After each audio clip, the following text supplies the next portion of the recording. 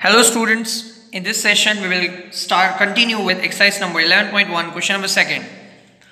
Here the question is, construct a triangle of sides 4 cm, 5 cm and 6 cm. तो सबसे पहले तो हमें ये करना है कि एक ट्रायंगल बनाना है जिसकी साइड्स की लेंथ होनी चाहिए 4, 5 एंड 6. ओके, पहले हम ये काम कर लेते हैं. सपोज हम पहले 6 सेंटीमीटर का बेस तैयार करते हैं. यहाँ पे हमें बताया नहीं है कि कौन सा बेस है, कौन सा हाइट है, तो हम कोई भी ले सकते हैं, but generally let's take larger one as the base. तो हम लोग यहाँ पे पहले 6 सेंटीमीटर का जो है बेस प्रिपेयर कर लेते हैं. ये हो गया हमारा 6 सेंटीमीटर का बेस तैयार. अब हमें बाकी दोनों साइड्स कंस्ट्रक्ट करनी है जिसकी लेंथ होनी चाहिए 5 और 4 centimetre. So here I have taken the radius of 5 centimetre. यहाँ एंड पॉइंट से we will make arc of radius 5 centimeter. Then we will construct an arc of radius 4 centimeter from this end point, just like this. अब ये दोनों arc जहाँ पे connect होंगे वहाँ से हम इन दोनों एंड पॉइंट्स को ज्वाइन कर देंगे. So it will be like this.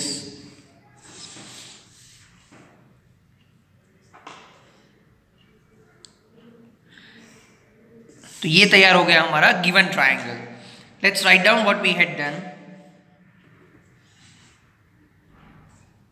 Construct a triangle ABC having length of sides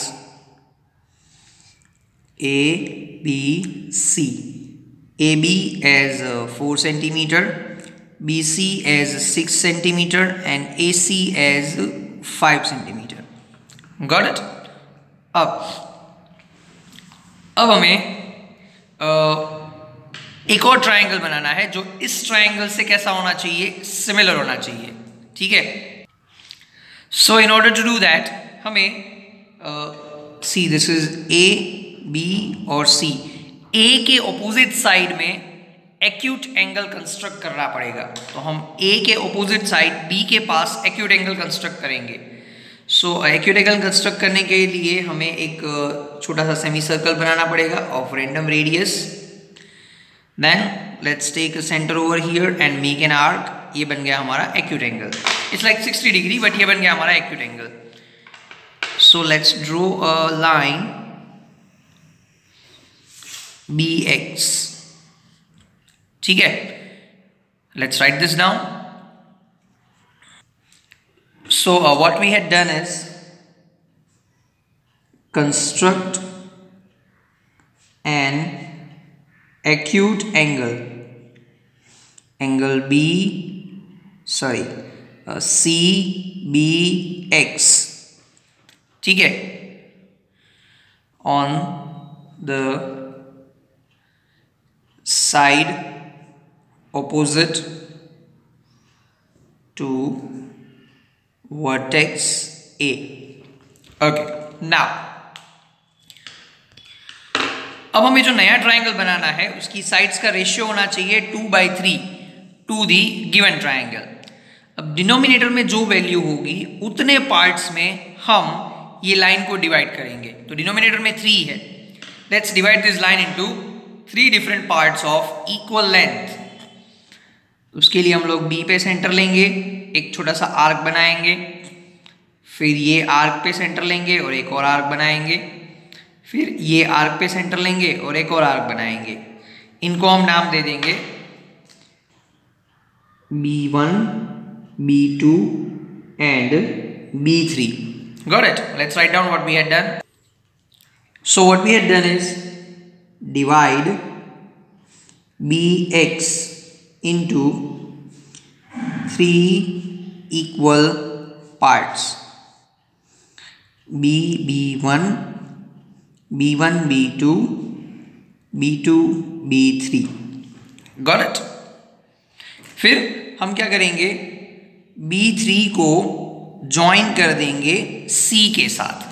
Got it? So let's join C to B3. Done. अब नेक्स्ट हमारा जो टारगेट है वो ये है कि हमें ये B3C से पैरेलल लाइन यहाँ से ऐसे एक बनानी है। एक पैरेलल लाइन बनाएंगे हम B2 से जो कि B3C को पैरेलल होनी चाहिए, ठीक है। सो पैरेलल लाइन बनाने के लिए हमें क्या करना होगा, हम एक छोटा सा रैंडम रेडियस लेंगे, B3 पे सेंटर बनाएंगे और इस तरह से एक आर्क कंस्ट्रक्ट करेंगे, ठीक है। फिर इसी रेडियस के साथ B2 पे एक आर्क बनाएंगे जस्ट लाइक दिस, ठीक है। Let's make an arc over here from B2 just like this. अब क्या करना है, अब हमें ये पॉइंट और ये पॉइंट का डिस्टेंस मेजर करना है। For that let's put a centre over here and let's put a pencil over here. ये हो गया हमारा मेजरमेंट। अब इसी मेजरमेंट से ये आर्क जहाँ पे टच करेगा वहाँ पे सेंटर लेंगे और ये जो सेमी छोटा सा आर्क बनाया है उसको कट कर देंगे इस तरह से। फिर B2 से ये आर्क जहाँ पे इंटरसेक्ट कर रहे हैं वहाँ से ऐसे एक लाइन बना देना है। ये हो गया हमारा parallel lines. Let's see this point as P, ठीक है।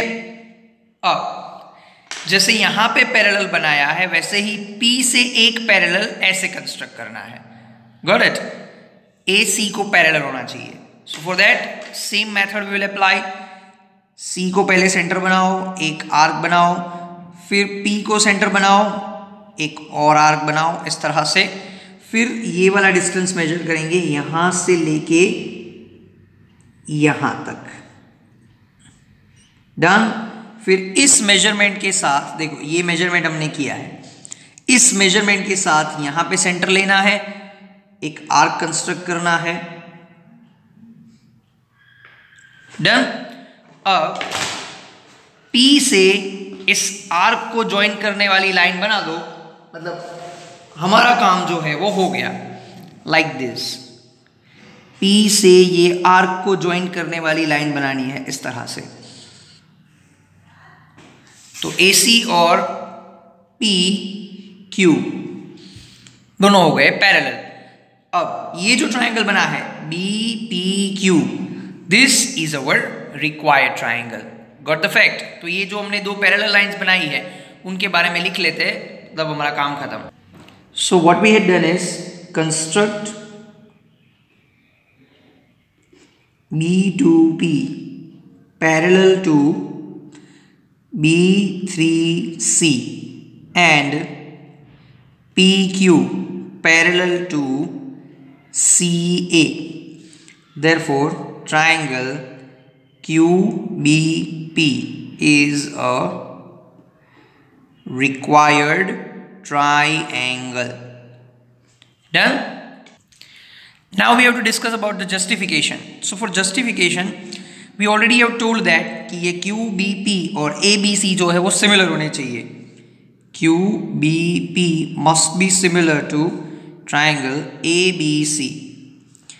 यानी कि अब हमें ये प्रूव करना है कि QB upon AB is equal to BP upon BC is equal to QP upon AC is equal to 2/3 होना चाहिए। That is we have to prove. Got it? Let's see.